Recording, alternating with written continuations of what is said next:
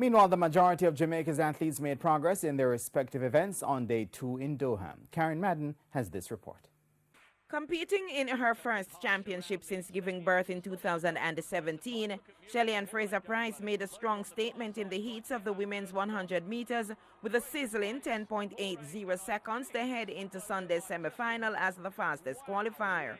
I'm trying to make sure that for each round, technically, I'm doing the things that I'm supposed to, because I believe that, that's my weakness, my technique, and I'm working on it. And, for me, as I said, it's just a privilege to be able to be doing this again and at the level that I am doing it. Fraser-Pryce's MVP teammate, Elaine Thompson, was more conservative in her heat, winning in 11.14 ahead of another Caribbean athlete, Kellyanne Batiste of Trinidad and Tobago, who was second in 11.21. And Janelle Smith, who is contesting the 100 meters after Brianna Williams, who was third at the national trials, opted out of the championship following her anti-doping woes, placed third in her heat in 11.20 to ensure that all 3 Jamaican women advanced to the semifinals.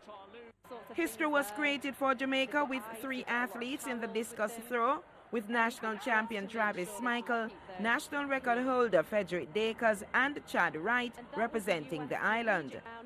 But it was tough going for Michael and Wright, as only Dakers remains on course to win a medal after his first effort, 65.44 meters, pushed him into Monday's final as the second best qualifier behind Sweden's Daniel Stahl with 67.88. I feel good. Based on my throws, I feel very strong. I feel very strong. Even though I was walking the throw, I feel good. It's about, getting in the competition mood, because I don't think I got really in the competition mood today. I think I was too relaxed, as I said before. Michael 62.93 and Wright 60.60 landed them 15th and 26th respectively.